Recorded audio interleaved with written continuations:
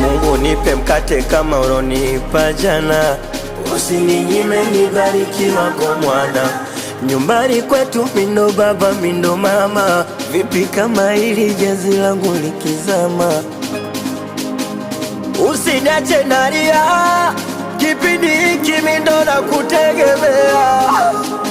Najua unanisikia, dua ya haraka Mungu wangu utanijibia. Nishike mkono, nishike mkono